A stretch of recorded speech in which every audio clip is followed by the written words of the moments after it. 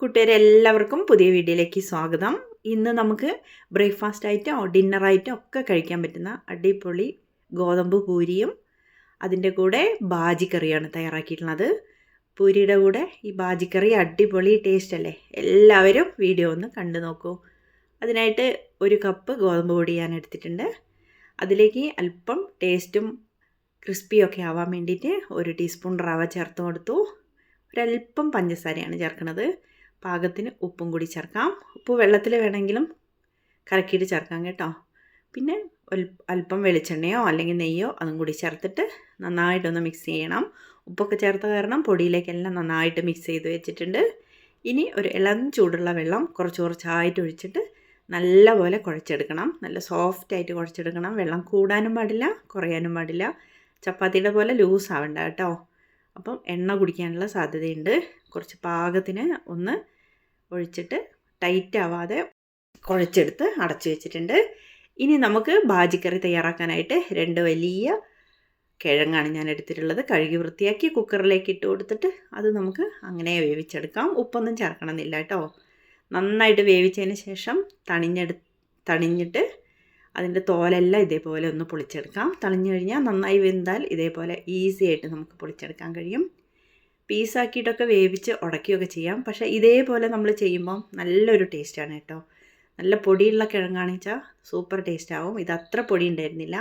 അതുകൊണ്ടാണ് ഞാനിങ്ങനെ നന്നായിട്ടൊന്ന് വേവിച്ച് തോലെല്ലാം കളഞ്ഞെടുത്ത് അതൊന്ന് ഉടച്ച് വയ്ക്കാം. ഫുള്ളും പൊടിയൊന്നും ആക്കണ്ട, എന്നാലും അത്യാവശ്യം വലിയ കട്ടകളൊന്നും ഇല്ലാതെ ഒന്ന് പൊടിച്ചെടുത്ത് വെക്കാം. ഇനി കറിയിലേക്ക് വേണ്ട സവാള നൈസായിട്ടൊന്ന് കട്ട് ചെയ്ത് വെച്ചിട്ടുണ്ട് ഇതേപോലെ. പിന്നെ ക്യാരറ്റാണ് കേട്ടോ. ക്യാരറ്റ് ഒരു വലിയ ക്യാരറ്റ് ഇതേപോലെ നൈസായിട്ട് സ്ക്വയറായിട്ട് കട്ട് ചെയ്തു. പിന്നെ പച്ചമുളകും കട്ട് ചെയ്ത് വെച്ചിട്ടുണ്ട്. പിന്നെ വേണ്ടത് ഗ്രീൻ പീസാണ്. ഗ്രീൻ പീസ് നമുക്ക് വെള്ളത്തിലിട്ട് വെച്ച് ഉതിർത്തൊന്ന് വേവിച്ചെടുക്കണം. അത്രയും റെഡിയാക്കിയിട്ടുണ്ട്. ഇനി നമുക്ക് പൂരി ഒന്ന് പരത്തിയെടുക്കാം. ഇതേപോലെ റൗണ്ടായിട്ടൊന്ന് പരത്തിയിട്ട് എണ്ണയിലിട്ടിട്ട് അവരവരുടെ പാകത്തിനനുസരിച്ച് മൂപ്പിച്ചെടുക്കാം. പക്ഷെ നമ്മൾ റവയും പഞ്ചസാരയും എണ്ണയൊക്കെ ചേർത്ത കാരണം അത്ര ഹാർഡൊന്നും ആവില്ല കേട്ടോ. നല്ല സോഫ്റ്റ് ആയിരിക്കും തണിഞ്ഞിരുന്നാലും. അത് നമുക്ക് റെഡിയാക്കി വെച്ചതിന് ശേഷം ഇനി കറി തയ്യാറാക്കിയെടുക്കാം. അതിനായിട്ട് ഒരു പാനിലേക്ക് വെളിച്ചെണ്ണ ഒഴിച്ചതിന് ശേഷം കടുക് ഇട്ട് കൊടുത്ത് പൊട്ടിക്കഴിയുമ്പോൾ വറ്റൽമുളക് ഉണ്ടെച്ചാൽ അതൊക്കെ ചേർത്ത് കൊടുക്കാം കേട്ടോ. അതിനുശേഷം സവാളയിട്ട് പച്ചമുളകും കൂടി ഇട്ടിട്ട് നന്നായിട്ടൊന്ന് വഴറ്റിയെടുക്കണം. നല്ല പോലെ ഒന്ന് വഴറ്റണം കേട്ടോ. കഷ്ണങ്ങളായിട്ടൊന്നും കിടക്കരുത്. ഇനി നമുക്കതിലേക്ക് ക്യാരറ്റ് പീസാക്കി വെച്ചിട്ടില്ലേ അതും കൂടി ചേർത്ത് കൊടുക്കാം. ക്യാരറ്റ് സെപ്പറേറ്റ് ഒക്കെ കുക്ക് ചെയ്യാം. പക്ഷേ ഇങ്ങനെ എണ്ണയിലൊക്കെ ഒന്ന് നൈസായിട്ട് കട്ട് ചെയ്ത് വഴന്ന് വന്നു കഴിഞ്ഞാൽ ഒരു നല്ല രുചിയുണ്ട് കേട്ടോ. പിന്നെ നമ്മളതൊന്ന് വേവിക്കും കൂടി ചെയ്യുമല്ലോ, വെള്ളമൊക്കെ ഒഴിച്ച് വേവിക്കും കൂടി ചെയ്യുമ്പോൾ നല്ല ടേസ്റ്റായിട്ട് വരുന്നുണ്ട്. അത് നന്നായിട്ടൊന്ന് ഇളക്കി ഒന്ന് വേവിച്ചെടുക്കണം. അല്പം കറിവേപ്പിലയും കൂടി ചേർത്ത് കൊടുക്കാം. വീണ്ടും നല്ലപോലെ ഒന്ന് വഴന്ന് വരുമ്പോൾ കണ്ടില്ലേ, നല്ലപോലെ വഴന്ന് വന്നിട്ടുണ്ട്. നന്നായിട്ട് വഴന്ന് വരുമ്പോൾ സിമ്മിലിട്ടിട്ട് നമുക്കിതിലേക്ക് പൊടികൾ ചേർത്ത് കൊടുക്കാം ആവശ്യത്തിനുള്ള.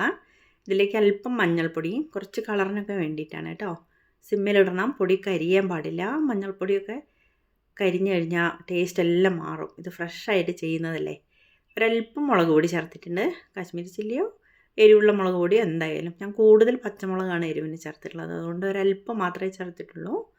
ഒരല്പം ഉപ്പും കൂടി ചേർത്തിട്ടുണ്ട് കേട്ടോ. അത് വീഡിയോയിൽ വന്നിട്ടില്ല. പിന്നെ ഇഞ്ചി വെളുത്തുള്ളി പേസ്റ്റ് ഇഷ്ടമുള്ള ഫ്ലേവറൊക്കെ ഇഷ്ടമുള്ളവർക്ക് ചേർത്ത് കൊടുക്കാം. ഇനി നമുക്ക് ഉടച്ച് വെച്ചിട്ടുള്ള കിഴങ്ങില്ലേ അത് ഇതിലേക്ക് ചേർത്ത് കൊടുക്കണം. എന്നിട്ട് നല്ലപോലെ ഒന്ന് ഇളക്കി യോജിപ്പിക്കാം. ഈ കിഴങ്ങിലൊന്നും ചേർത്തിട്ടില്ലല്ലോ. അപ്പോൾ നമുക്കതൊന്ന് ഈ മസാലയിലേക്കൊന്ന് പിടിക്കാനായിട്ട് നല്ലപോലെ ഒന്ന് മിക്സാക്കാം. ഇനി അധികം നേരം വേണ്ട, വെള്ളമൊഴിച്ച് നമ്മൾ തിളപ്പിക്കുന്നുണ്ട്. ഇനി കുക്ക് ചെയ്ത് വെച്ചിട്ടുള്ള ഗ്രീൻ പീസാണ് ചേർക്കുന്നത്. അതും കൂടി ചേർത്തിട്ട് അല്പം ഉപ്പും കൂടി ചേർത്ത് കൊടുക്കാം. പാകത്തിന് നോക്കിയിട്ടൊക്കെ ചെയ്യണം. ഇനി നമുക്കതൊന്ന് ഇളക്കി യോജിപ്പിക്കാം. നല്ലപോലെ ഒന്ന് എല്ലാ ഭാഗത്തേക്കും ആവുന്നവരെ ഒന്ന് ഇളക്കിയിട്ട് പാകത്തിന് വെള്ളം ഒഴിച്ച് കൊടുക്കാം. കുറച്ച് ഗ്രേവി വേണമല്ലോ. പൂരിയൊക്കെ കഴിക്കുമ്പോൾ നമുക്കതൊന്ന് ചേർത്ത് പിടിക്കാനായിട്ട് ഒരു ഗ്രേവി വേണ്ടേ. അപ്പോൾ അതിനനുസരിച്ചുള്ള വെള്ളം ഒഴിച്ചാൽ മതി. പിന്നെ ഇതൊക്കെ കൂടി ഒന്ന് കുക്കായി വരുമ്പോൾ ഒന്ന് വറ്റും കേട്ടോ. അതിനനുസരിച്ച് വേണം ഒഴിച്ചു കൊടുക്കാൻ. എന്നിട്ട് നമുക്കതൊന്ന് അടച്ചു വയ്ക്കാം.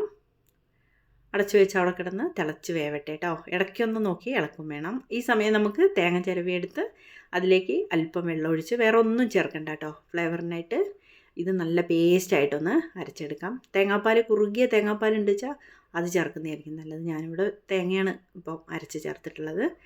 അല്പം വെള്ളം ഒഴിച്ച് നല്ല പേസ്റ്റായിട്ട് അരച്ച് വെച്ചു. അപ്പോഴേക്കും കിഴങ്ങ് മസാലയിലേക്കൊക്കെ പിടിച്ചിട്ട് നല്ലപോലെ ഒന്ന് വെന്ത് കുറുകി വന്നിട്ടുണ്ട്. ഉപ്പൊക്കെ ഉണ്ടോ എന്നൊക്കെ നോക്കിയിട്ടുണ്ട് കേട്ടോ. വെള്ളമൊക്കെ ഒന്ന് വറ്റി വന്നിട്ടുണ്ട്. ഇനി നമ്മളിതിലേക്ക് ഗ്രേവി ചേർക്കുന്നുണ്ട്. അതിൽ തന്നെ വറ്റി വരുമ്പോൾ എല്ലാ ടേസ്റ്റും കിട്ടും. ഇനി നമുക്കിതിലേക്ക് അരച്ച് വെച്ച അരപ്പ് ചേർത്ത് കൊടുക്കാം. സിമ്മിലിട്ടിട്ട് ചേർത്ത് കൊടുത്തതിന് ശേഷം ആവശ്യത്തിനുള്ള ഗ്രേവിക്കായിട്ട് മിക്സിയുടെ ജാറിൽ അല്പം വെള്ളമൊക്കെ ഒഴിച്ചിട്ട് അതും കൂടി ചേർത്ത് കൊടുക്കാം. കൂടുതൽ അങ്ങ് വെള്ളമാവണ്ട, നല്ലൊരു മീഡിയം വേണം കേട്ടോ. ഒന്ന് തിളച്ച് പച്ച തേങ്ങയുടെ മണം, പിന്നെ വെള്ളമല്ലേ, പച്ചവെള്ളമല്ലേ ചേർത്തത്, അതും കൂടിയൊക്കെ ഒന്ന് തിളച്ച് വറ്റി വരട്ടെ. ഉപ്പൊക്കെ പാകുണ്ടോയെന്നൊക്കെ നോക്കിയിട്ട് വേണം കേട്ടോ. കൂട്ടുകാരെ എല്ലാവരും വീഡിയോ ലൈക്ക് ചെയ്ത് കാണണേ. സബ്സ്ക്രൈബ് ചെയ്യാത്തവർ ചെയ്ത് സപ്പോർട്ടും കൂടി ചെയ്യണം കേട്ടോ. കറി നന്നായിട്ട് തിളച്ചോ, പച്ചമണം എല്ലാം മാറിയിട്ടുണ്ട്. തേങ്ങയുടെയും വെള്ളത്തിൻ്റെയും ഒക്കെ ഒന്ന് വറ്റി കുറുകി വന്നിട്ടുണ്ട്. അല്പം ഗ്രേവിയോടുകൂടി തന്നെയാണ് കേട്ടോ. കുറച്ച് കറിവേപ്പില ഒക്കെ ഇട്ട് കൊടുത്തു. അല്പം ഉപ്പ് കുറവുണ്ടായിരുന്നു, അതും കൂടി ചേർന്നു. അടിപൊളി ബാജിക്കറി ഇവിടെ തയ്യാറായിട്ടുണ്ട്. പൂരിയുടെ കൂടെ ഇത് സൂപ്പർ ടേസ്റ്റാണ്. എല്ലാവരും ഒന്ന് അഭിപ്രായം പറയണം. വീഡിയോ ഇഷ്ടപ്പെട്ടാൽ ഒന്ന് ലൈക്ക് ചെയ്യണേ, ഷെയർ ചെയ്യാനും കൂടി മറക്കല്ലേ. ഇനിയും വീണ്ടും നമുക്ക് പുതിയൊരു വീഡിയോയുമായി കാണാം കേട്ടോ.